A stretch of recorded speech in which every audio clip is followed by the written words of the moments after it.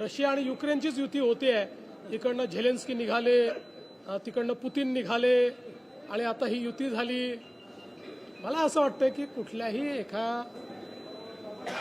पक्षाला निवडणुकीतलं आपलं अस्तित्व टिकवण्याकरता जे काही करावं लागतं त्या दृष्टीने दोन पक्ष जे अस्तित्वाकरता लढतात त्यांनी केलेली युती आहे.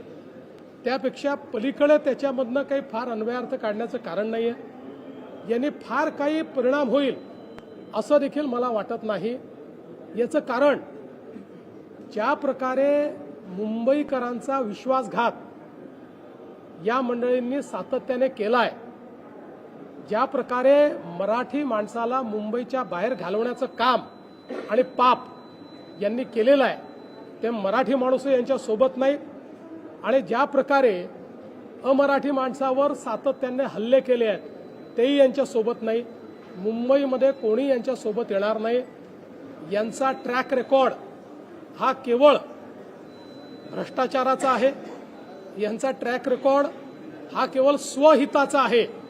निवडणुका आल्या की भावनिक बोलायचं. आता भावनिक बोलण्याला जनता भुलणारी नाही. त्यामुळे निश्चितपणे या निवडणुकीमध्ये त्यांनी अजूनही 2-4 लोक सोबत घेतले तरीही मुंबईकर हे महायुतीचं काम बघून, महायुतीने केलेला विकास बघून, महायुतीने भविष्यातली जी मुंबई तयार करणं सुरू केलं आहे ते बघून आणि विशेषतः मराठी माणसाला मुंबईतच घरं देण्याचा जो कार्यक्रम महायुतीने सुरू केलेला आहे त्यामुळे निश्चितपणे महायुतीच्या पाठीशीच मुंबईकर उभे राहतात.